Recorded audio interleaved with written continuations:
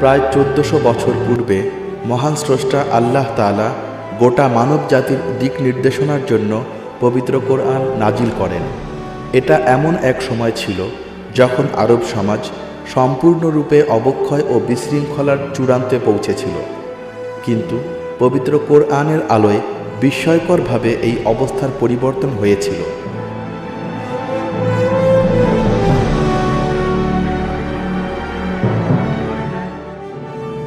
ইসলামের পূর্বে আরব ছিল একটি বর্বর সমাজ, যেখানকার অধিবাসীরা নিজ হাতে গড়া মূর্তির পূজা করত। তারা বিশ্বাস করত রক্তপাত ও যুদ্ধবিগ্রহ বীরত্বের কাজ। এমনকি তারা নিজেদের সন্তানদের হত্যা করতে পর্যন্ত দ্বিধা করত না।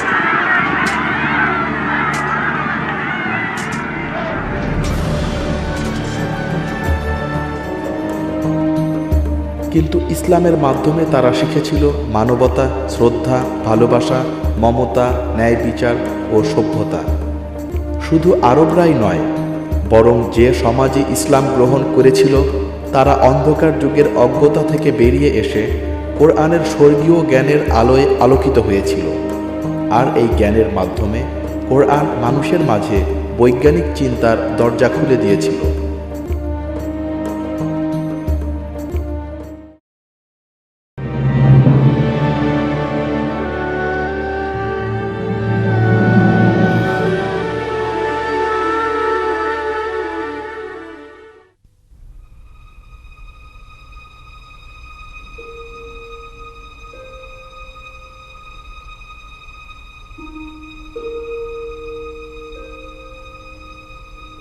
বৈজ্ঞানিক চিন্তার ভিত্তি হচ্ছে কৌতূহল। কারণ কিভাবে মহাবিশ্ব ও প্রকৃতি কাজ করে সে সম্পর্কে বহুকাল পূর্ব থেকেই মানুষের মধ্যে প্রবলভাবে কৌতূহল ছিল। এই অনুসন্ধিৎসা থেকেই বিজ্ঞানের জন্ম। কিন্তু বেশিরভাগ মানুষেরই এই কৌতূহলের অভাব রয়েছে। তাদের কাছে বিশ্ব চরাচরের সৃষ্টি রহস্যের চাইতে ক্ষুদ্র গণ্ডিতে আবদ্ধ নিজেদের জীবনের মুনাফা ও সুখ বেশি গুরুত্বপূর্ণ। যে সমাজে এ ধরনের লোকেরা নেতৃত্বে থাকে সেখানে বিজ্ঞানের অগ্রগতি হয় না, বরং অলসতা ও অজ্ঞতাই প্রাধান্য বিস্তার করে।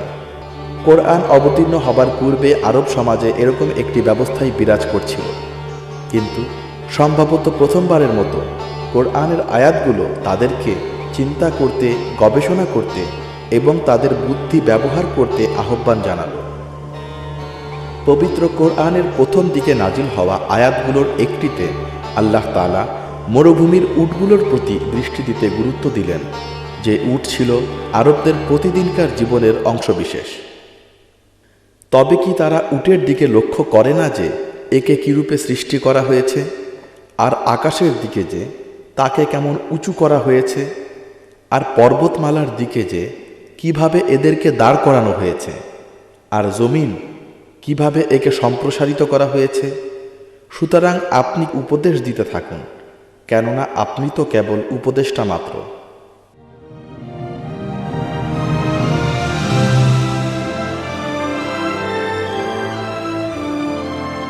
কোরআনের বহু আয়াতে মানুষকে বলা হয়েছে প্রকৃতিকে পর্যবেক্ষণ করতে ও তা নিয়ে চিন্তা করতে। কারণ মানুষ আল্লাহর অস্তিত্ব সম্পর্কে বুঝতে পারবে তার সৃষ্টি সম্পর্কে জ্ঞান লাভ করার মাধ্যমে।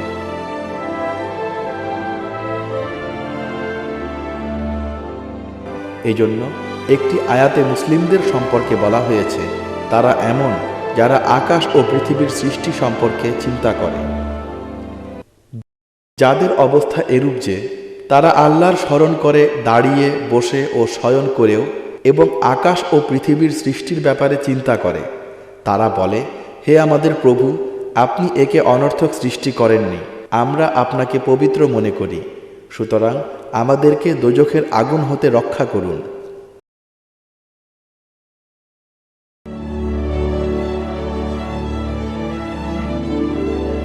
ফলশ্রুতিতে মুসলিম যারা বিজ্ঞানের প্রতি আগ্রহ দেখায় তারা এটাকে এক প্রকার ইবাদত হিসেবে গণ্য করে। কোরআনের অনেক আয়াতেই আল্লাহ তাআলা মুসলিমদের আকাশ, পৃথিবী, প্রাণীকুল এবং নিজেদের অস্তিত্ব সম্পর্কে চিন্তা করতে নির্দেশ দিয়েছেন। এবং আমরা যখন আয়াতগুলোর দিকে তাকাই তখন আমরা কোরআনে বিজ্ঞানের সকল প্রধান শাখার ইঙ্গিত লক্ষ্য করি। উদাহরণস্বরূপ, কোরআনে আল্লাহ জ্যোতির্বিদ্যা সম্পর্কে এভাবে বলেছেন, যিনি 7 আসমানকে স্তরে স্তরে সৃষ্টি করেছেন, তুমি আল্লাহর এই সৃষ্টির মধ্যে কোথাও ত্রুটি দেখতে পাবে না। সুতরাং তুমি পুনরায় দৃষ্টি নিক্ষেপ করে দেখে নাও, কোথাও কোনো ত্রুটি তোমার দৃষ্টিগোচর হয় কি?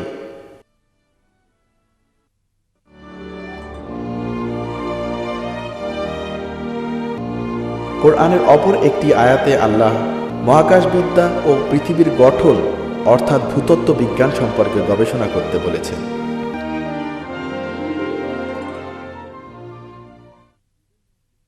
তারা কি তাদের উপরে আকাশকে দেখে না? আমি তাকে কিরূপে নির্মাণ করেছি এবং তাকে সাজিয়েছি এবং তাতে কোনো ছিদ্র পর্যন্ত নেই। আর আমি পৃথিবীকে সম্প্রসারিত করেছি এবং তাতে পর্বতমালা সংস্থাপন করেছি এবং সর্বপ্রকার সুদৃশ্য বস্তুসমূহ জন্মিয়েছি, যা প্রত্যেক মনোনিবেশকারী বান্দার জন্য জ্ঞান চর্চার ও উপদেশ গ্রহণের উপকরণ।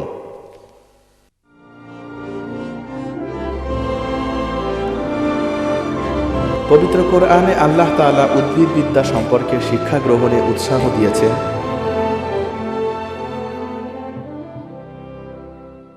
আর তিনি এমন যে, যিনি আকাশ হতে পানি বর্ষণ করেছেন, অনন্তর আমি তার দ্বারা সর্বপ্রকার উদ্ভিদ উদ্গত করেছি। অতঃপর আমি তা হতে সবুজ গাছগুলি বের করেছি, যা হতে আমি একে অন্যের উপর সংস্থাপিত দানা বের করি, এবং খেজুর বৃক্ষ হতে অর্থাৎ তার মথি হতে ছড়া হয়, যা নিচের দিকে ঝুলে পড়ে, এবং আঙুরের উদ্যানসমূহ এবং জৈতুন ও আনার, যা একে অপরের সদৃশ্য ও অসাদৃশ্য। প্রত্যেক বৃক্ষের ফলের প্রতি তো লক্ষ্য করো যখন তা ফলবান হয়, আর তা পাকার সময় লক্ষ্য করো। এই সব কিছুর মধ্যেই নিদর্শন রয়েছে তাদের জন্য যারা বিশ্বাস রাখে।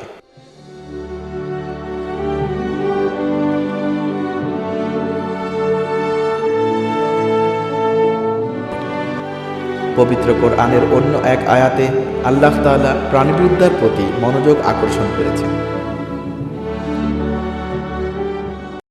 আর চতুষ্পদ জন্তুগুলির মধ্যেও তোমাদের জন্য শিক্ষাপ্রদ বিষয় রয়েছে।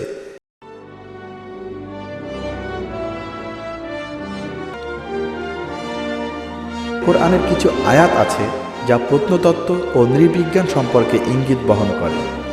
তারা কি ভূপৃষ্ঠে ভ্রমণ করে না, যাতে দেখতে পেত যে ওই সমস্ত লোকদের কি পরিণাম হয়েছিল যারা তাদের পূর্বে গত হয়েছে। কোরআনের আরেকটি আয়াতে আল্লাহ মানুষের নিজ শরীর ও আত্মার দিকে মনোযোগ আকর্ষণ করে আল্লাহর অস্তিত্ব প্রমাণ করার কথা বলেছেন।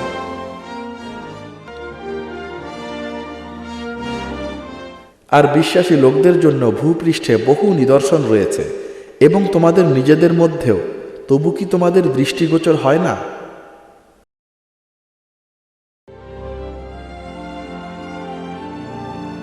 আমরা দেখতে পাই আল্লাহ তাআলা পবিত্র কোরআনে বিজ্ঞানের প্রায় প্রতিটি শাখার ব্যাপারে দিক নির্দেশনা দিয়েছেন। এজন্যই ইতিহাসে ইসলামী সভ্যতা বিকাশের সাথে সাথে বিজ্ঞানের বিকাশ ঘটেছে।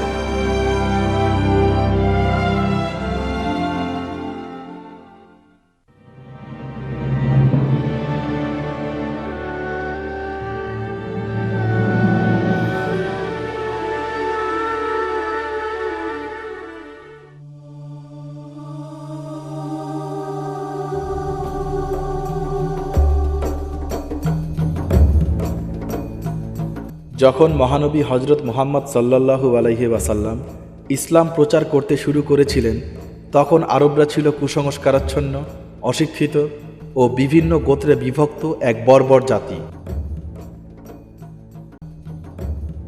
কিন্তু কোরআনের আলোয় আলোকিত হবার মাধ্যমে তারা কুসংস্কারের অন্ধকার পথ ছেড়ে সত্যের পথে চলতে শুরু করল।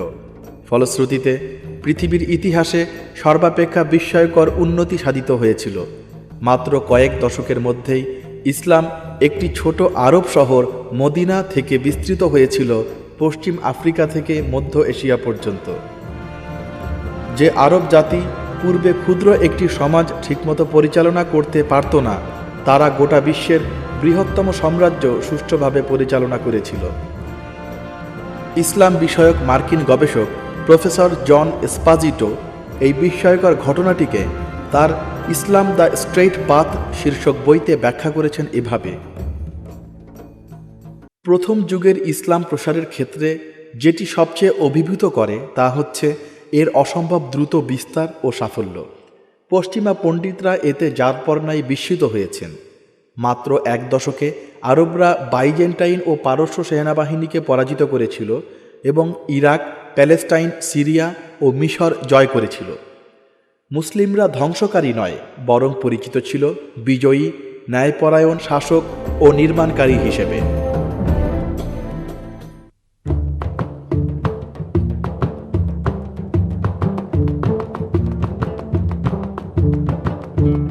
যখন বিভিন্ন জাতির মানুষ, এমনকি তুর্কিরাও স্বেচ্ছায় ইসলাম গ্রহণ করল, ইসলামিক সভ্যতা আরও বড় হতে থাকল। ক্রমে এটি পৃথিবীর সবচেয়ে বড় ক্ষমতাশালী সাম্রাজ্য হয়ে উঠল।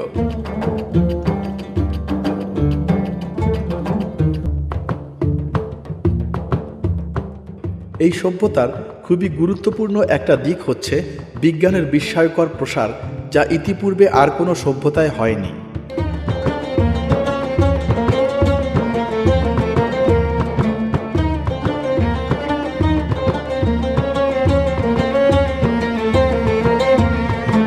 যখন ইউরোপ অন্ধকার যুগে ডুবেছিল, তখন ইসলামী সভ্যতা বড় বড় বৈজ্ঞানিক আবিষ্কার ও গবেষণার বিকাশ ঘটিয়েছিল, যার প্রমাণ আজও বিদ্যমান।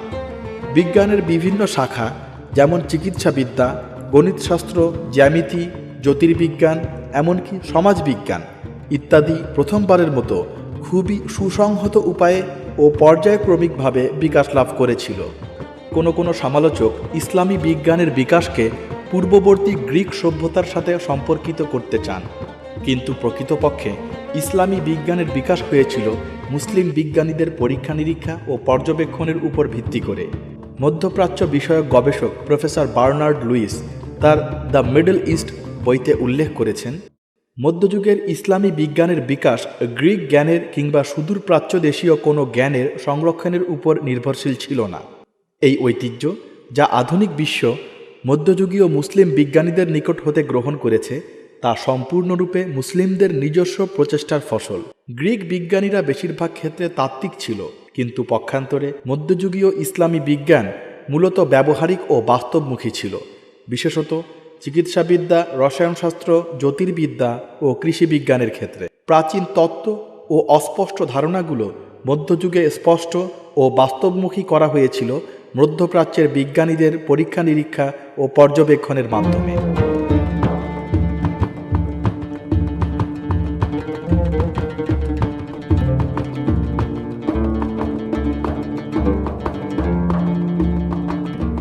এর রহস্য নিহিত ছিল বৈজ্ঞানিক ও মানসিক শৃঙ্খলায়, যা পবিত্র কোরআন মুসলিম বিজ্ঞানীদের শিক্ষা দিয়েছিল। তৎকালীন জনৈক মুসলিম বিজ্ঞানীর ব্যক্তিগত ডায়েরির লেখা থেকে বোঝা যায় কোরআন তাদের সামগ্রিক জীবনে কত গভীর প্রভাব বিস্তার করে রেখেছিল। অতঃপর আমি 1.5 বছর জ্ঞান সাধনায় লিপ্ত থাকলাম। আমি পুনরায় যুক্তিবিজ্ঞান ও দর্শনের কিছু শাখা নিয়ে পড়তে শুরু করলাম। এই পুরো সময়টাই আমি সারারাত নির্ঘুম কাটিয়েছি এবং সারাদিন জ্ঞান চর্চা ব্যতীত আর কিছুই করতাম না। যখনই আমি কোনো সমস্যায় বিচলিত হয়ে যেতাম, আমি মসজিদে চলে যেতাম এবং আল্লাহর কাছে প্রার্থনা করতাম তিনি যেন আমার সম্মুখে আমার অজানা বিষয়কে উন্মোচিত করে দেন এবং আমার জন্য যা কষ্টসাধ্য তা যেন সহজ করে দেন। এবং রাতে ঘরে ফিরে আমি একটি কুপি জ্বালিয়ে লেখাপড়ার কাজে বসে যেতাম এবং আমি এমনটি করে যেতে থাকলাম যতদিন পর্যন্ত না বিজ্ঞানের সকল বিষয় আয়ত্ত করতে পারলাম এবং এ বিষয়ে মানবিকভাবে সম্ভব এমন দক্ষতা অর্জন করলাম। আন্দালুসিয়া, যেখানে বেশিরভাগ বড় বড় বিজ্ঞানীরা জন্মেছিলেন, সেটি আবিষ্কার ও গবেষণার প্রাণকেন্দ্রে পরিণত হয়েছিল। বিশেষত এখানে চিকিৎসকগণ চিকিৎসা বিজ্ঞানের বিভিন্ন শাখা, যেমন ঔষধ বিজ্ঞান, চক্ষুবিজ্ঞান, স্ত্রীরোগবিদ্যা, শরীরবিদ্যা, জীবাণুবিজ্ঞান, স্বাস্থ্যবিজ্ঞান ইত্যাদি বিষয়ে প্রশিক্ষণ গ্রহণ করতেন। পরবর্তী সময়ে আধুনিক বিজ্ঞানের ভিত্তি নির্মিত হয়েছিল এখান থেকেই। এখানকার কিছু বিখ্যাত বিশেষজ্ঞের নাম হল ইবনে জুলজুল, ভেষজবিদ্যা; আবু জাফর ইবনে আল জাজ্জার, মেডিসিন বা চিকিৎসা বিজ্ঞান; আব্দুল লতিফ আল বাগদাদি, অ্যানাটমি বা অঙ্গসংস্থান বিদ্যা; ইবনে সিনা, অঙ্গসংস্থান বিদ্যা; জাকারিয়া কাজভিনি, হৃদরোগ ও মস্তিষ্ক; হামদুল্লাহ আল মুস্তাওফি আল কাজভিনী অঙ্গ সংস্থানবিদ্যা, ইবনুল নাফিস অঙ্গ সংস্থানবিদ্যা, আলী ইবনে ইসা চক্ষু বিশেষজ্ঞ, আল বিরুনি জ্যোতির্বিজ্ঞান, আলী খুসরু জ্যোতির্বিদ্যা, সাবিত বিন কুররাহ গণিত শাস্ত্র, আল বাত্তানি গণিত, ইবনে আল হাইসাম অপটিক্স বা আলোক বিজ্ঞান, আল কিন্দ পদার্থবিদ্যা।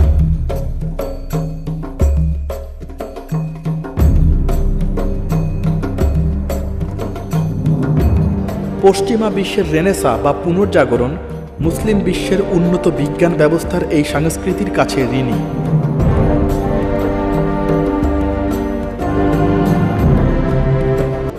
মুসলিম বিজ্ঞানীরা বিশ্বাস করতেন আল্লাহর সৃষ্টি জগৎ সম্পর্কে জানার মাধ্যমেই তারা উন্নতি লাভ করতে সক্ষম হবেন।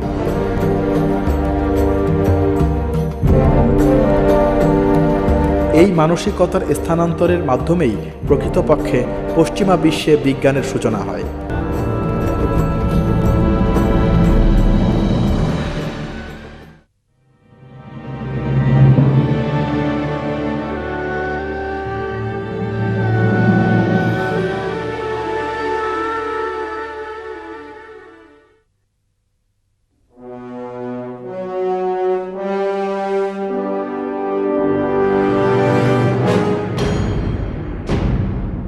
মধ্যযুগের ইউরোপ ক্যাথলিক চার্চের গোড়া শাসন ব্যবস্থার দ্বারা শাসিত হতো।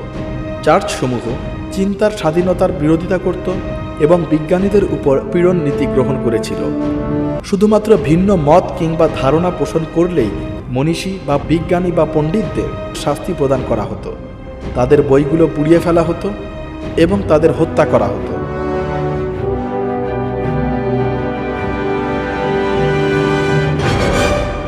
প্রায় সব ইতিহাসের বইতে মধ্যযুগে গবেষকদের উপর অত্যাচার ও দমনের কাহিনীর বর্ণনা পাওয়া যায়, কিন্তু অনেকেই এ সত্যটি বিকৃতভাবে উপস্থাপন করেন। তারা বলেন তখন ধর্মের বিরোধিতাকারী বিজ্ঞানীরাই শুধুমাত্র চার্চের সাথে দ্বন্দ্বে লিপ্ত হতো। প্রকৃত সত্য ছিল সম্পূর্ণ এর বিপরীত। যে সকল বিজ্ঞানী চার্চের গোড়ামির বিরোধিতা করত তারা ধর্মে বিশ্বাসী ছিল। তারা ধর্মবিরোধী ছিল না, বরং চার্চের যুক্তিহীন গোড়ামির বিরোধী ছিল মাত্র। উদাহরণস্বরূপ বিখ্যাত জ্যোতির্বিজ্ঞানী গ্যালিলিওর কথা বলা যায়। পৃথিবী সূর্যের চারিদিকে ঘোরে এই কথা বলার অপরাধে যখন চার্চ তাকে শাস্তি দিতে চাইল, তখন তিনি বলেছিলেন, আমি মহান স্রষ্টাকে অসংখ্য ধন্যবাদ জানাই তার অসীম দয়ার জন্য, যিনি আমাকে সুযোগ করে দিয়েছেন শত শত বছর ধরে লুকায়িত অপার সৌন্দর্য পর্যবেক্ষণের জন্য। আধুনিক বিজ্ঞানের জনক অন্যান্য বিজ্ঞানীরাও ধার্মিক ছিলেন। কেপলারকে বলা হয় আধুনিক জ্যোতির্বিজ্ঞানের জনক। যখন তাকে জিজ্ঞাসা করা হয়েছিল কেন তিনি বিজ্ঞানের সাথে নিজেকে জড়ালেন, তখন তিনি তার উত্তরে বলেছিলেন, আমার ইচ্ছা ছিল একজন ধর্মতত্ত্ববিদ হব, কিন্তু আমি এখন আমার ঐকান্তিক প্রচেষ্টার ফলে দেখছি জ্যোতির্বিজ্ঞানের মাঝেও রয়েছে ঈশ্বরের অস্তিত্বের মহিমা, কারণ মহাকাশ ঈশ্বরের মহিমা ঘোষণা করে।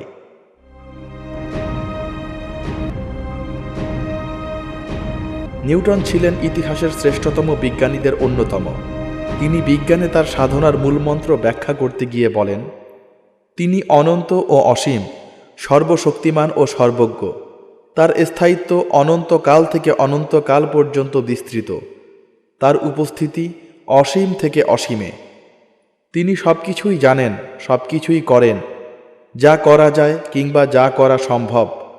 আমরা তাকে শুধু অনুভব করি তার বিজ্ঞ ও অন্যান্য উদ্ভাবনী সৃষ্টির মাধ্যমে।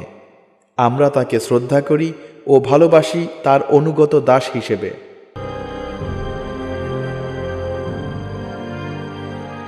আধুনিক গণিতের জনক প্যাসকেল বলেন, বিশ্বাসের মাধ্যমে আমরা তার অস্তিত্বের কথা জানি এবং তার মহিমার মাধ্যমে আমরা তার স্বরূপ বুঝতে পারব। জন হেলমন্ট আধুনিক রসায়নের শীর্ষস্থানীয় চরিত্র এবং থার্মোমিটারের আবিষ্কারক, যিনি ঘোষণা করেন বিজ্ঞান হচ্ছে বিশ্বাসের অংশ।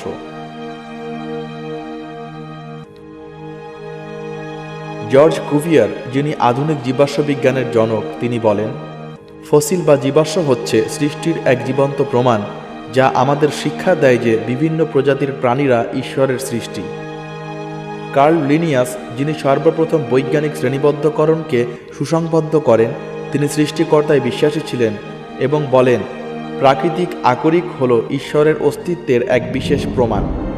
গ্রেগরি মেন্ডেলকে বলা হয় আধুনিক জিনবিদ্যা বা জেনেটিক্স এর জনক, যিনি নিজেও একজন সন্ন্যাসী ছিলেন।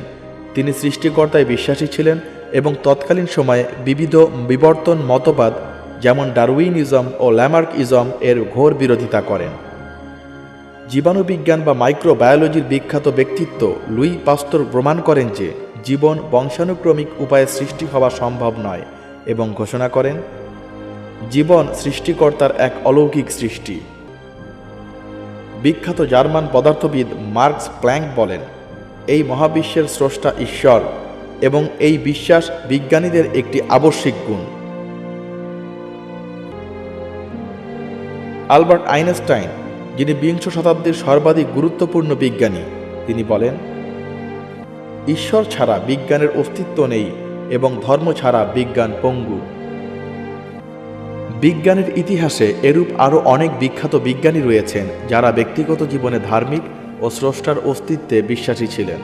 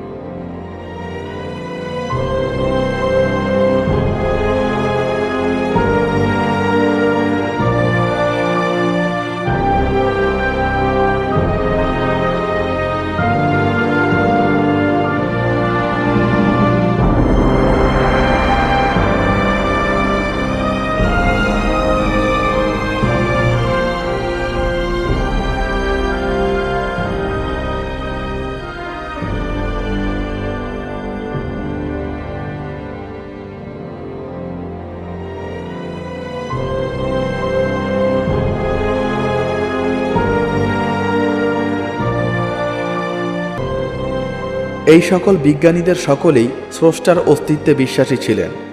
স্রষ্টার সৃষ্ট এই বিশ্ব ব্রহ্মাণ্ডের নানাবিধ রহস্য আবিষ্কারের উদ্দেশ্যে তারা বিজ্ঞান চর্চা করতেন।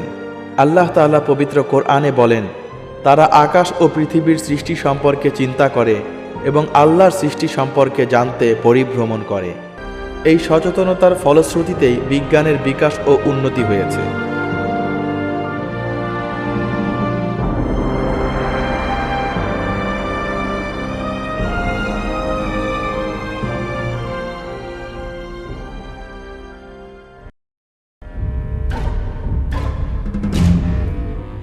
ঊনবিংশ শতাব্দীতে এই সচেতনতা প্রতিস্থাপিত হয় বস্তুবাদ নামক এক প্রতারণামূলক মতবাদের মাধ্যমে।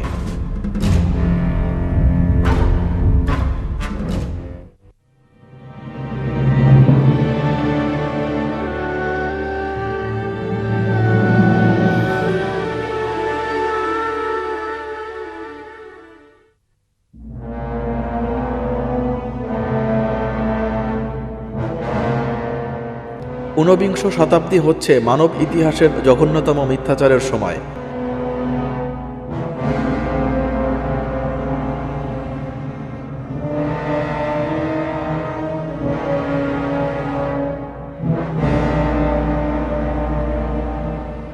এই মিথ্যাচার শুরু হয় ইউরোপিয়ানদের প্রাচীন গ্রিক শিক্ষার ভিত্তিতে উদ্ভূত বস্তুবাদ দর্শন গ্রহণের মাধ্যমে।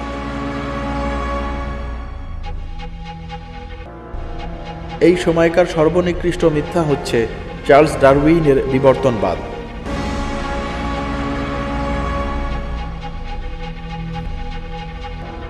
ডারউইনের পূর্বে জীববিদ্যা বিজ্ঞানের একটি শাখা হিসেবে বিবেচিত হতো, যা স্রষ্টার অস্তিত্বকে স্বীকার করে। বিখ্যাত জীববিজ্ঞানী উইলিয়াম পলি তার বিখ্যাত বই ন্যাচারাল থিওলজিতে বলেছেন, প্রতিটি ঘড়ি যেমন প্রমাণ করে এর পেছনে একজন নির্মাতা আছেন, তেমনি প্রকৃতির পরিকল্পনা প্রমাণ করে যে এর পেছনে একজন সৃষ্টিকর্তা আছেন।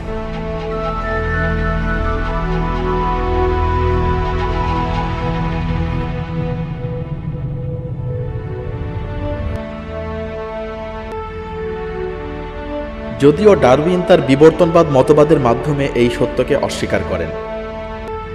এর মাধ্যমে বস্তুবাদী ও মিথ্যা দর্শনের অনুসারীরা দাবি করল জীবন্ত বস্তুসমূহ কাকতালীয়ভাবে সৃষ্টি হয়েছে। এর মাধ্যমে তারা বিজ্ঞান ও ধর্মের মধ্যে এক কৃত্রিম বিভেদ তৈরি করল। ইংরেজ গবেষক মাইকেল বেইজেন্ট, রিচার্ড লেই ও হেনরি লিঙ্কন তাদের মেসিয়ানিক লিগ্যাসি শীর্ষক বইতে লেখেন, ডারউইনের ১৫০ বছর পূর্বে আইজ্যাক নিউটনের সময় বিজ্ঞান ও ধর্মের মধ্যে কোনো বিভেদ ছিল না, বরং তা ধর্মের একটি অংশ ও তার সহায়ক ছিল মাত্র। কিন্তু ডারউইনের সময়কার বিজ্ঞান স্পষ্টতই ধর্ম থেকে নিজেকে আলাদা দাবি করল, যে ধর্মের উপর ভিত্তি করেই এতদিন এটি টিকে ছিল, এবং এটি নিজেকে চরম বিপরীত ও বিকল্প হিসেবে প্রতিষ্ঠিত করার প্রয়াস পেল। ফলত বিজ্ঞান ও ধর্ম আর একে অপরের সাহায্যকারী রইল না, বরং পরস্পর প্রতিদ্বন্দ্বী হয়ে গেল, এবং মানবতাকে বাধ্য করা হলো এতদুভয়ের মধ্যে যে কোনো একটিকে বেছে নিতে। শুধুমাত্র জীববিজ্ঞানেই নয়, বরং বিজ্ঞানের অন্যান্য শাখা যেমন সমাজবিজ্ঞান, মনস্তত্ত্ববিদ্যা ইত্যাদি বিষয়কেও বস্তুবাদী দর্শনের ধারণায় বিকৃত করা হলো।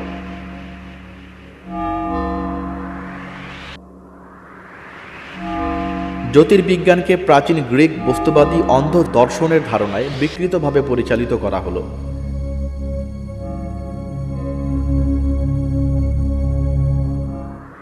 বিজ্ঞানের নতুন লক্ষ্য নির্ধারিত হলো বস্তুবাদী ধারণাকে প্রমাণ করা।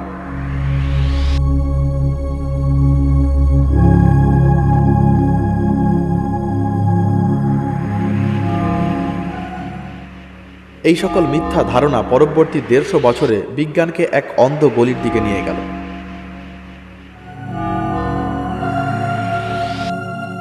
১০,০০০-এর বেশি বিজ্ঞানী প্রাণান্ত চেষ্টায় লিপ্ত থাকলো ডারউইন ও অন্যান্য বস্তুবাদী ধারণাগুলো সত্য প্রমাণ করার জন্য, কিন্তু শেষ পর্যন্ত তারা হতাশ হলো। অনুসন্ধান ও গবেষণায় প্রাপ্ত বৈজ্ঞানিক সাক্ষ্য প্রমাণগুলোর মাধ্যমে তাদের উদ্দেশ্যমূলক উপসংহারের ঠিক বিপরীত সত্য প্রমাণিত হলো, এবং তা হচ্ছে বিজ্ঞান সৃষ্টিকর্তার সৃষ্টির সত্যতা প্রমাণ করে। বর্তমানে লক্ষ লক্ষ বিজ্ঞানী এই সত্য উপলব্ধি করে বিমোহিত হয়েছেন। যখন প্রকৃতিকে গভীরভাবে পরীক্ষা করা হয়, তখন এ সত্যে উপনীত হতে হয় যে এটি একটি নিখুঁত ও সূক্ষ্ম পরিকল্পনার ফসল। এই সত্য বস্তুবাদী ধারণার ভিত্তি সমূলে উপড়ে ফেলেছে। উদাহরণস্বরূপ, ডিএনএর বিস্ময়কর গঠন বৈচিত্র্য বিজ্ঞানীদের নিকট প্রমাণ করেছে যে এটি হঠাৎ কোনো দুর্ঘটনার ফসল নয়। মানবদেহের কোনো একটি কোষের একটি মাত্র ডিএনএতে যে পরিমাণ তথ্য থাকে তা লিপিবদ্ধ করতে ৯,০০০ খণ্ডের বিশ্বকোষ প্রয়োজন।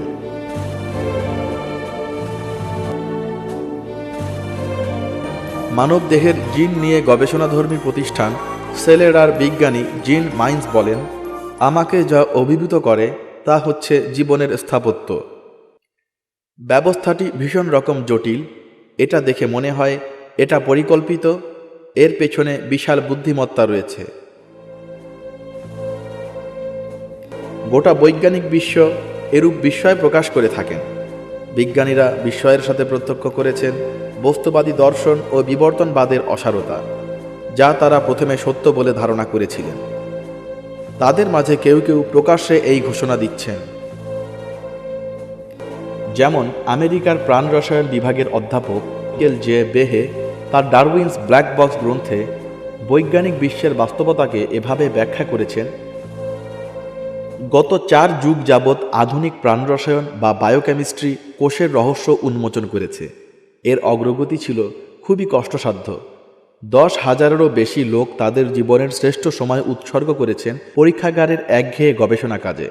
শুধুমাত্র একটি কোষের রহস্য উদ্ঘাটনে জীবনকে আণবিক স্তরে অনুসন্ধান করার এই সমষ্টিগত প্রচেষ্টার ফলাফল হচ্ছে স্পষ্টত এটি পরিকল্পিত। এই ফলাফল এত স্পষ্ট ও গুরুত্বপূর্ণ যে একে বিজ্ঞানের ইতিহাসের বৃহত্তম আবিষ্কার বলা যায়। কিন্তু এই সাফল্যে কোনো বোতলের ছিপি খোলা হয়নি কিংবা কোনো হাততালিও বাজেনি। কেন বৈজ্ঞানিক সমাজ এর চমকপ্রদ আবিষ্কারকে আলিঙ্গন করছে না? দ্বন্দ্বটি হচ্ছে, এই ইস্যুটির একটি অংশের পরিচয় যদি হয় বুদ্ধিবৃত্তিক পরিকল্পনা, তবে অপর পাশের পরিচয়টি হচ্ছে সৃষ্টিকর্তা।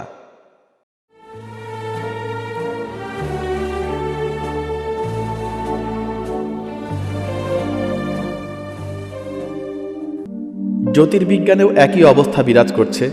বিংশ শতাব্দীর জ্যোতির্বিজ্ঞানের আবিষ্কার ঊনবিংশ শতাব্দীর বস্তুবাদী ধারণাকে গুড়িয়ে দিয়েছে।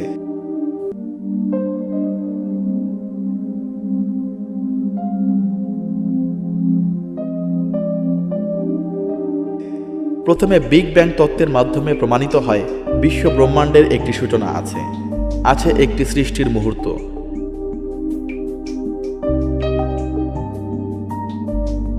এরপর থেকে এই সত্য প্রমাণিত হয়েছে যে মহাবিশ্বে একটি অসামান্য সূক্ষ্ম ভারসাম্য রয়েছে যা মানব জীবনকে রক্ষা করে চলেছে।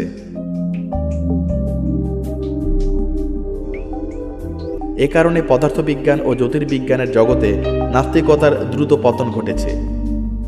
মার্কিন পদার্থবিদ রবার্ট ব্রিটাস ঠাট্টার ছলে বলেন, যদি আমাদের বিতর্কের জন্য একজন নাস্তিক প্রয়োজন হয় তবে আমি দর্শন বিভাগে যাব, পদার্থবিদ্যা বিভাগ খুব একটা কাজে আসবে না।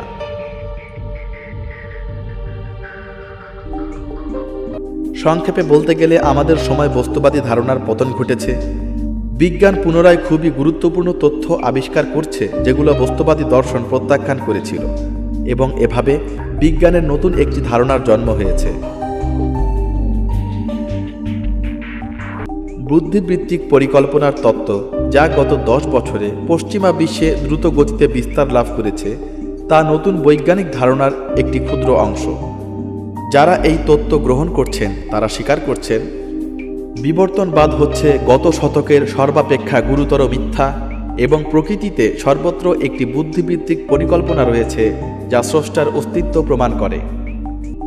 উদাহরণস্বরূপ, অস্ট্রেলিয়ার বিখ্যাত প্রাণ রসায়নবিদ মাইকেল ডেন্টন বলেন, প্রাণীর অঙ্গসমূহের জটিল গঠন প্রণালী বিবর্তনবাদ দিয়ে ব্যাখ্যা করা যায় না।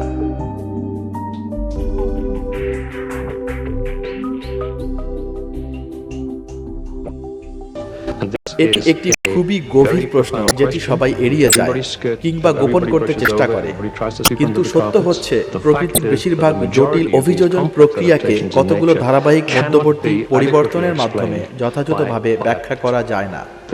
এটাকে অনেকেই সাধারণ বলে মনে করলেও আমার দৃষ্টিতে এটি একটি মৌলিক সমস্যা।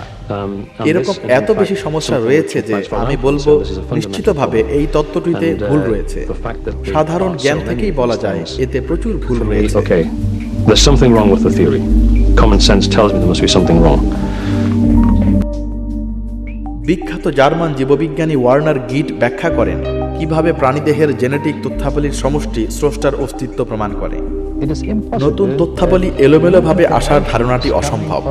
আমরা যদি একটি কম্পিউটার প্রোগ্রামের কথা চিন্তা করি তবে বুঝি এর একজন প্রোগ্রামার প্রয়োজন। আমরা যদি একটি গাড়ি দেখি তবে বুঝি এর পেছনে একজন পরিকল্পনাকারী রয়েছেন। আমরা যদি এসব জৈবিক তথ্যাবলী দেখি তবে আমি বলবো নিঃসন্দেহে এর পেছনে একজন সৃষ্টিকর্তা রয়েছেন। তিনি একটি বুদ্ধিবৃত্তিক সৃষ্টির মাধ্যমে এমন একটি ব্যবস্থা তৈরি করেছেন যার মাধ্যমে প্রয়োজনীয় প্রোটিন তৈরি হয়, অঙ্গ প্রত্যঙ্গ তৈরি হয়। কাজেই আমরা বলতে পারি বিবর্তন একটি অসম্ভব প্রক্রিয়া। So we can say evolution is an impossible process. জনৈক মার্কিন জীববিজ্ঞানী ব্যাখ্যা করেন কেন সৃষ্টিতত্ত্ব একটি বৈজ্ঞানিক সত্য। I think the conclusion of design is a scientific one, an empirical one, based completely আমি বলবো পরিকল্পিত সৃষ্টি একটি বৈজ্ঞানিক তথ্য, পর্যবেক্ষণের মাধ্যমে যার সত্যতা অনুধাবন করা যায়।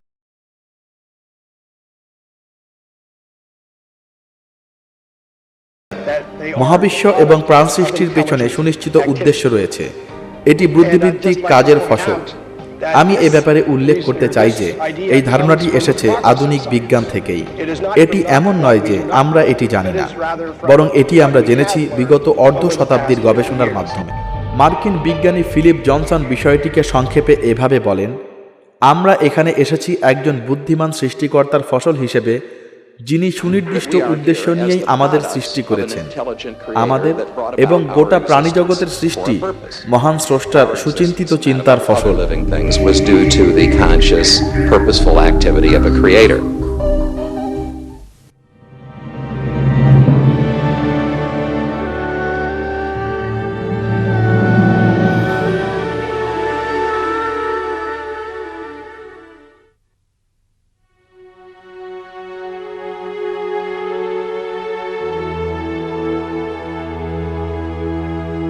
মহান স্রষ্টা আল্লাহ তাআলা এই বিশ্ব ব্রহ্মাণ্ড সৃষ্টি করেছেন। সমগ্র সৃষ্টি জগৎ মানবজাতির নিকট স্রষ্টার অস্তিত্বের কথা প্রকাশ করে। মূলত বিজ্ঞান একটি পদ্ধতি যার মাধ্যমে সৃষ্টিজগৎ সম্পর্কে পরীক্ষা নিরীক্ষা করা যায়। কাজেই বিজ্ঞান ও ধর্মের মধ্যে দ্বন্দ্বের প্রশ্নই ওঠে না।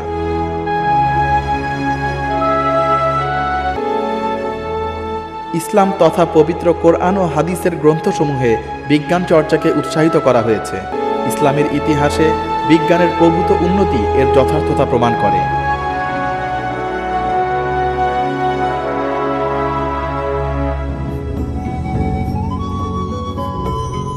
বর্তমানে ঊনবিংশ শতাব্দীর বস্তুবাদী ধারণার সমর্থনকারী বৈজ্ঞানিক মতবাদগুলো অসার হয়ে পড়েছে।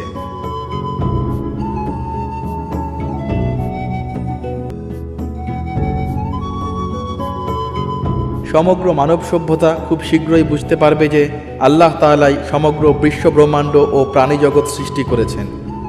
বিজ্ঞানই সৃষ্টিতত্ত্বকে প্রমাণ করে এবং পবিত্র কোরআন যা ১৫০০ বছর পূর্বে এই সত্য বয়ে এনেছিল তা মানুষকে বিজ্ঞানের পথে পরিচালিত করে।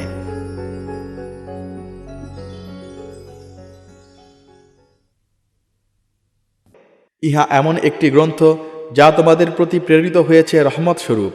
কাজেই বুদ্ধিমান ব্যক্তিগণ যেন এ থেকে শিক্ষা নেয় এবং সতর্ক হয়। আর এও বলুন যে এই ধর্মই আমার পথ যা সরল, অতএব এই পথের অনুসরণ করো এবং অন্য কোনো পথের অনুসরণ করো না, কেননা ওইসব পথ তোমাদের আল্লাহর পথ হতে বিচ্ছিন্ন করে ফেলবে। এইসব বিষয়ে আল্লাহ তোমাদের তেমনটি আদেশ করেছেন যেন আশা করা যায় যে তোমরা তোমাদের কর্তব্য পালন করবে।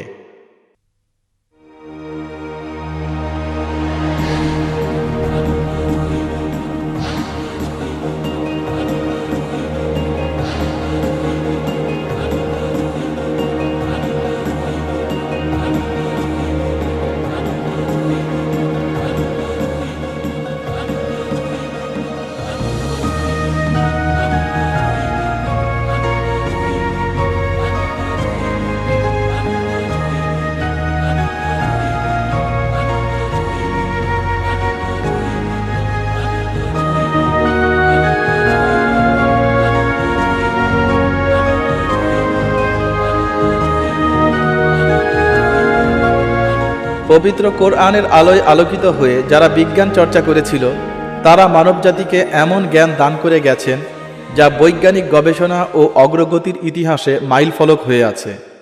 কোরআন সর্বদাই মুসলিমদের জন্য শিক্ষার এক অনন্য উৎস ছিল। শুরু থেকেই পবিত্র কোরআন মানুষের মাঝে শিক্ষার ধারণাটার প্রতিষ্ঠা করেছে। কোরআনের ভাষাটা হচ্ছে ধ্রুপদী আরবি। প্রায় ১৪০০ বছর পূর্বে রাসূলুল্লাহ হযরত মুহাম্মদ সাল্লাল্লাহু আলাইহি ওয়াসাল্লামের উপর সর্বপ্রথম যে আয়াত নাজিল হয়েছিল তা হচ্ছে, পড়ুন আপনার প্রভুর নামে যিনি সৃষ্টি করেছেন, তিনি মানুষকে সৃষ্টি করেছেন জমাট বাঁধা রক্ত থেকে। পড়ুন আপনার প্রভুর নামে যিনি সর্বোত্তম সম্মানের অধিকারী, তিনি মানুষকে শিক্ষা দিয়েছেন কলমের মাধ্যমে যা সে জানত না। পবিত্র কোরআন মানুষকে স্রষ্টার নিদর্শন সম্পর্কে চিন্তা করতে বলে, তার চারপাশের জগৎকে জানার মাধ্যমে তার স্রষ্টা সম্পর্কে বোঝার প্রয়োজনীয়তা ব্যক্ত করে। আমি অচিরেই তাদেরকে আমার নিদর্শনসমূহ তাদের আশেপাশেও দেখিয়ে দেব এবং তাদের নিজেদের মধ্যেও, এমনকি তাদের নিকট সুস্পষ্ট হয়ে যাবে যে এই কোরআন সত্য। আপনার প্রভুর এই বাণী কি যথেষ্ট নয় যে তিনি প্রত্যেক বিষয়ে সাক্ষী রয়েছেন? মানবজাতিকে সামাজিক ও আত্মিক দিক নির্দেশনা দেওয়ার পাশাপাশি মানবজাতির ইতিহাসে প্রকৃতি ও মহাবিশ্বের বিভিন্ন ঘটনা কোরআনের আয়াতগুলোর সত্যতার সাক্ষ্য দেয়। নারী পুরুষ নির্বিশেষে গোটা মানবজাতিকে তাদের দৃষ্টি, মনন ও মেধা ব্যবহার করে কোরআনের সত্যতা সম্পর্কে চিন্তা ভাবনা করার আহ্বান জানানো হয়েছে। এমনকি ক্ষেত্র বিশেষে চ্যালেঞ্জ পর্যন্ত করা হয়েছে। তবে কি তারা কোরআনকে অনুধাবন করে না? এটি যদি আল্লাহ ব্যতীত অন্য কারো হতো তবে তারা তাতে অনেক অসঙ্গতি পেত। তারা কি তাদের ঊর্ধ্বস্থিত আকাশের দিকে তাকিয়ে দেখে না আমি কিভাবে তা নির্মাণ করেছি এবং তাকে সুশোভিত করেছি এবং তাতে কোনো ফাটল নেই? বিশ্ব চরাচরের নির্দিষ্ট বিষয়সমূহ বর্ণনা করার মাধ্যমে কোরআন চিন্তাশীল মানুষদের সৃষ্টি জগতের অভিন্নতা ও সেখানে তার অবস্থান সম্পর্কে স্বচ্ছ ধারণা প্রদান করে। কোরআনে স্রষ্টার প্রকৃত উদ্দেশ্য বোঝার জন্য জ্ঞানার্জন ও বিভিন্ন নিদর্শন নিয়ে চিন্তা ভাবনা করার গুরুত্ব আরোপ করা হয়েছে। সঙ্গত কারণেই ইসলামের স্বর্ণযুগে জ্ঞানার্জন হয়ে উঠেছিল মুসলিমদের জীবনের অন্যতম প্রধান লক্ষ্য। মহানবী হজরত মুহাম্মদ সাল্লাল্লাহু আলাইহি ওয়াসাল্লাম তার অনুসারীদের জ্ঞানার্জনের চেষ্টায় লিপ্ত থাকার ব্যাপারে উৎসাহিত করেছেন। তিনি বলেন, জ্ঞানার্জন প্রত্যেক মুসলিম নরনারীর উপর অত্যাবশ্যক। তিনি আরও বলেন, জ্ঞানার্জন করো দোলনা হতে কবর পর্যন্ত। সপ্তম শতাব্দীতে নবীজি সাল্লাল্লাহু আলাইহি ওয়াসাল্লামের মৃত্যুর পর ইসলাম গোটা বিশ্বে বিস্তৃত হয়েছিল। 150 বছরের মধ্যে ইসলাম আরব হতে বিস্তৃত হয়ে উত্তর আফ্রিকা, মধ্য ও দক্ষিণ পূর্ব এশিয়া এবং ইউরোপ পর্যন্ত ছড়িয়ে পড়েছিল। এই সময়ের মধ্যে মুসলিমরা প্রাচীন বিজ্ঞান গ্রন্থগুলো অনুবাদ করে ফেলেছিল। টলেমি, অ্যারিস্টটল, ইউক্লিড, হিপোক্রিটাস প্রভৃতি গ্রিক বিজ্ঞানীরা ছাড়াও ভারত, চীন ও পারস্যের পণ্ডিতদের আবিষ্কারগুলোর পাশাপাশি মুসলিম বিজ্ঞানীদের নতুন নতুন আবিষ্কার যুক্ত হতে লাগলো। কোরআন ও হাদিসের শিক্ষার আলোকে এমন এক নতুন যুগের সূচনা হয়েছিল যেখানে জ্ঞানার্জন ইবাদতের অংশ হিসেবে পরিগণিত হতে শুরু করেছিল। এই সময় জ্ঞানচর্চা হয়ে উঠেছিল মুসলিমদের অবসর যাপনের এক অনন্য মাধ্যম। মুসলিম বিশ্বের শিক্ষার্থীরা হাজার হাজার মাইল পথ পাড়ি দিয়ে তৎকালীন বিখ্যাত মনীষীদের নিকট দীক্ষা নিতে আসতেন। এ সময় ইউরোপ অজ্ঞানতা ও কুসংস্কারের অন্ধকারে ডুবেছিল।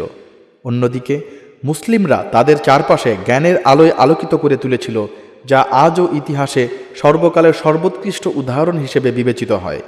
এক্ষেত্রে তাদের একমাত্র অনুপ্রেরণা ছিল আল্লাহর প্রদত্ত ঐশী গ্রন্থ পবিত্র কোরআন। وهو الذي سخر البحر لتأكلوا منه لحما طريا তিনি সমুদ্রকে অধীন করেছেন যাতে তোমরা তা হতে তাজা মৎস্য আহার করতে পারো এবং যাতে তা হতে আহরণ করতে পারো রত্নাবলী, যা তোমরা ভূষণ রূপে পরিধান করো, এবং তোমরা দেখতে পাও তার বুক চিরে নৌযান চলাচল করে, এবং তা এজন্য যে তোমরা যেন তার অনুগ্রহ সন্ধান করতে পারো এবং তোমরা যেন কৃতজ্ঞতা প্রকাশ করো। পবিত্র কোরআনে বর্ণিত এরূপ অসংখ্য আয়াতে অনুপ্রাণিত হয়ে মুসলিমরা আল্লাহ প্রদত্ত নিয়ামত অন্বেষণে সমগ্র পৃথিবী পরিভ্রমণে বেরিয়েছিল। এটি করতে গিয়ে তারা তাদের ভ্রমণের নিখুঁত ও বিস্তারিত বিবরণ লিপিবদ্ধ করে রাখত। মুসলিমরা আধুনিক দিগদর্শন যন্ত্র বা কম্পাস আবিষ্কার করেছিল, যার মাধ্যমে কাবার অবস্থান ও হজের কাফেলার পথ বেছে নেওয়া সহজ হতো। বহু সংখ্যক শহরের অক্ষাংশ ও দ্রাঘিমাংশ নিখুঁতভাবে নির্ণয় করা সম্ভব হয়েছিল এই যন্ত্রের মাধ্যমে।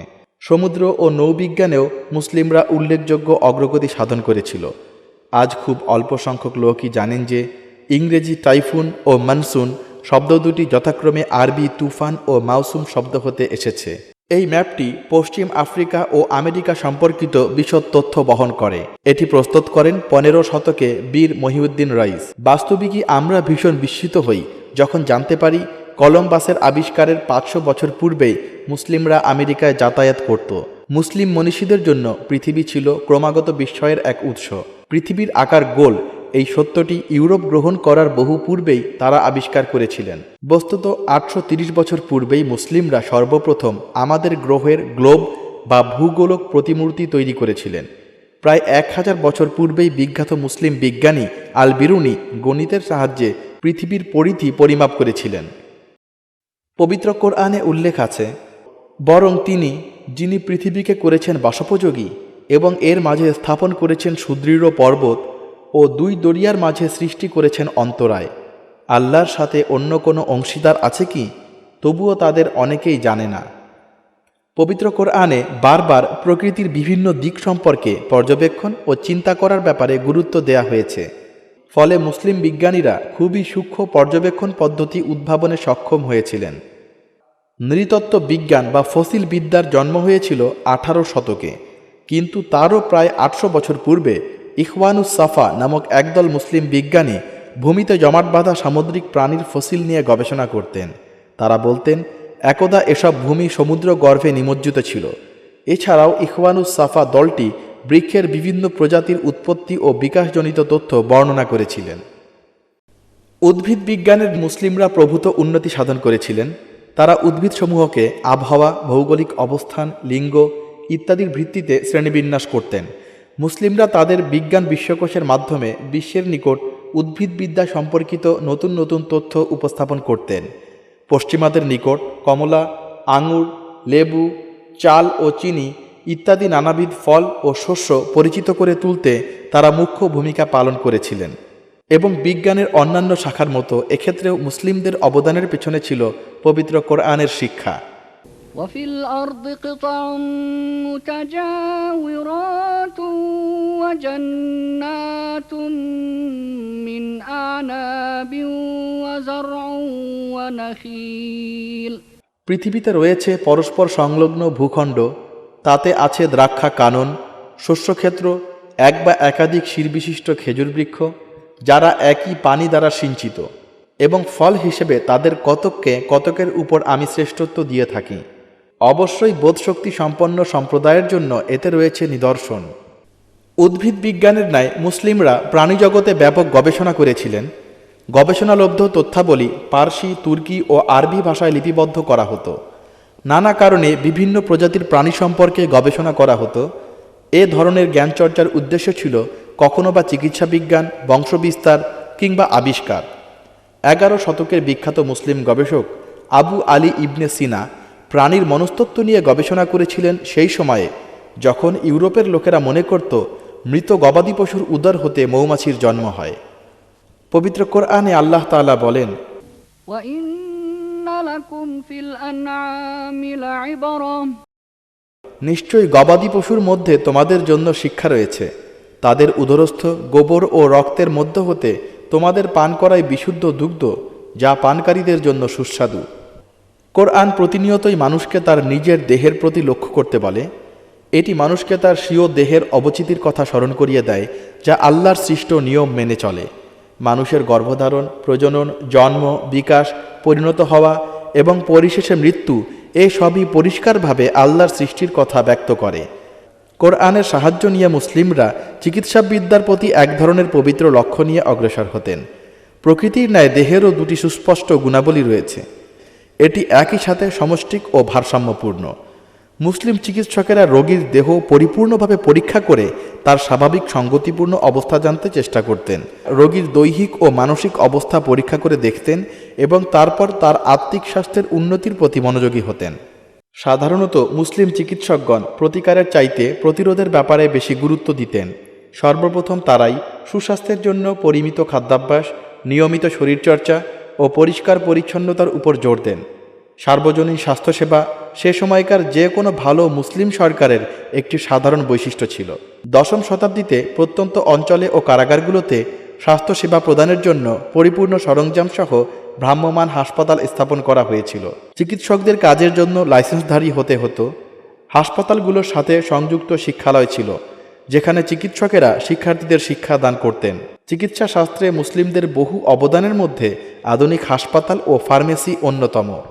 এখানে আরেকটি উল্লেখযোগ্য অবদান হচ্ছে স্টিম বাথ বা বাষ্প স্নান। এটি তুরস্কের ইস্তাম্বুলের একটি গণ বাষ্প স্নানাগার, যেটি সেই যুগে মুসলমানরা প্রতিষ্ঠা করেছিল। মুসলিম চিকিৎসকগণ সর্বপ্রথম সার্জারি বা অস্ত্রোপচারে অ্যানেস্থেশিয়া বা চেতনানাশক ব্যবহার করেন। অণুবীক্ষণ যন্ত্র আবিষ্কারের বহু পূর্বেই তারা মানবদেহের সূক্ষ্ম জালিকাসমূহ সম্পর্কে অবগত হন। মুসলিমগণ সর্বপ্রথম পালমোনারি সঞ্চালন বর্ণনা করেন। তারাই প্রথম আবিষ্কার করেন বিষণ্ণতা আলসার অর্থাৎ অন্ত্রে ক্ষত সৃষ্টি করতে পারে। মুসলিম চিকিৎসকেরা অর্থোপেডিক বা অস্থিবিদ্যাকে চিকিৎসা বিজ্ঞানের একটি আলাদা শাখা হিসেবে প্রতিষ্ঠিত করেন। তারা চিকিৎসায় সঙ্গীতের ব্যবহারে অগ্রণী ভূমিকা রেখেছিলেন। এ ব্যাপারে সবচেয়ে উল্লেখযোগ্য অবদান রাখেন আবু আলী ইবনে সিনা, যিনি চিকিৎসা শাস্ত্রের ইতিহাসের সবচাইতে প্রভাবশালী গ্রন্থটি রচনা করেছিলেন। এর নাম ছিল কানুন ফিত তিব বা চিকিৎসা বিজ্ঞানের রীতি। এই বইটি ল্যাটিন ভাষায় অনুবাদ হয় 12 শতকে। এটি 500 বছরেরও বেশি সময় ধরে ইউরোপের চিকিৎসা বিজ্ঞানে সর্বপ্রধান পাঠ্যবই হিসেবে পরিগণিত হতো। শুধু চিকিৎসা বিজ্ঞানে মুসলিমদের সকল অবদানের কথা বলতে গেলে আমাদের আরও কয়েক ঘন্টার তথ্যচিত্রের প্রয়োজন হবে। এখানে মাত্র গুটি কয়েক উল্লেখ করা সম্ভব হলো। আর আল্লাহ তাআলা তোমাদেরকে বের করেছেন তোমাদের মাতৃগর্ভ হতে এমন অবস্থায় যে তোমরা কিছুই জানতে না, এবং তিনি তোমাদেরকে দিয়েছেন চোখ, কান এবং হৃদয়সমূহ যেন তোমরা কৃতজ্ঞতা প্রকাশ করো। মধ্যযুগের পুরো সময়টাই এবং রেনেসার কিছু সময় মুসলিমরা গণিত শাস্ত্রে ব্যাপক প্রভাব বিস্তার করেছিল। ইসলামের বেশ কিছু গুরুত্বপূর্ণ দায়িত্বের সাথে গণিতের ব্যবহার সরাসরি সম্পর্কিত। গণিত ব্যবহৃত হয় জাকাত হিসাব করতে। এছাড়া এটি উত্তরসূরিদের সম্পদে অংশীদারিত্ব নির্ণয়ে, এবং ইসলামী পঞ্জিকাতেও ব্যবহৃত হয়। আমরা বর্তমানে যে গণিত ব্যবহার করি তাতে মুসলিম গণিতজ্ঞদের প্রচুর অবদান রয়েছে। বহু পূর্বে সংখ্যাকে কিছু অক্ষর কিংবা প্রতীকের সাহায্যে প্রকাশ করা হতো, যা হিসাবকে জটিল করে তুলত। মুসলিমরা একটি সংখ্যাসূচক ব্যবস্থা আবিষ্কার করল, যা প্রাচীন ভারতবর্ষে ব্যবহৃত হতো। এতে কিছু পরিবর্ধন ও পরিমার্জন করে মুসলিমরা একটি নতুন সংখ্যাসূচক ব্যবস্থা আবিষ্কার করল এবং বিশ্বে তা উপস্থাপন করল। প্রতিটি সংখ্যাসূচকের কোন সংখ্যা এর মান নির্দেশ করত। বর্তমানে বিশ্বব্যাপী প্রচলিত সংখ্যা ব্যবস্থাসমূহ এই ব্যবস্থার উপরই প্রতিষ্ঠিত। একটি দক্ষ ও কার্যকরী সংখ্যাতাত্ত্বিক ব্যবস্থা হাতে এসে যাবার পর মুসলিমরা গণিতশাস্ত্রের প্রভূত উন্নতি ও বিকাশ ঘটাতে সক্ষম হন। ইসলামের উত্তরাধিকারের জটিল হিসাবগুলো সহজ হয়ে গেল যখন নবম শতাব্দীতে বিখ্যাত গণিতবিদ আল খারিজমি আধুনিক বীজগণিতের সূচনা করলেন। মুসলিমরা সর্বপ্রথম ত্রিকোণমিতির উন্নতি সাধন করেছিলেন। আল কাসামি নামক এক মনীষী দশমিক ভগ্নাংশের ব্যবহার ও সর্বপ্রথম গণনাযন্ত্র আবিষ্কার করেন। তিনি স্যার আইজাক নিউটনের 200 বছর পূর্বেই বাইনোমিয়াল তত্ত্ব সমাধান করেন। মুসলিম ইতিহাসে 34 জনের বেশি বিখ্যাত পণ্ডিত 500 বছরের বেশি সময় ধরে গণিতশাস্ত্রের বিকাশ ও উন্নতি সাধন করেন। আলকেমি বা আলকিমিয়া হল রসায়ন শাস্ত্রের পূর্বপুরুষ, যা মুসলিমদের দ্বারাই বিকশিত হয়েছিল। বলা বাহুল্য, ইংরেজি কেমিস্ট্রি শব্দটি এই আলকেমি বা কিমিয়া হতে এসেছে।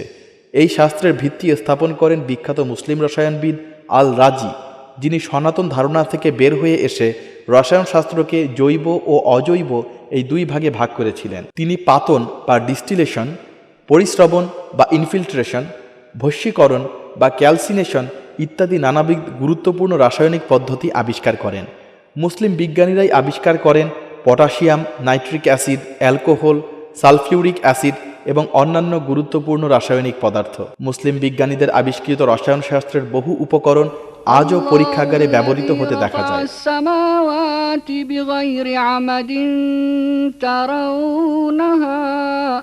আল্লাহ এমন যে তিনি আসমানসমূহকে খুঁটি ব্যতীত ঊর্ধ্বস্থিত করেছেন, যেমন তোমরা তাদেরকে দেখছ। অতঃপর আরশের উপর অধিষ্ঠিত হলেন এবং সূর্য ও চন্দ্রকে কার্যে রত করলেন। প্রত্যেকে এক নির্দিষ্ট সময় পর্যন্ত চলতে থাকে।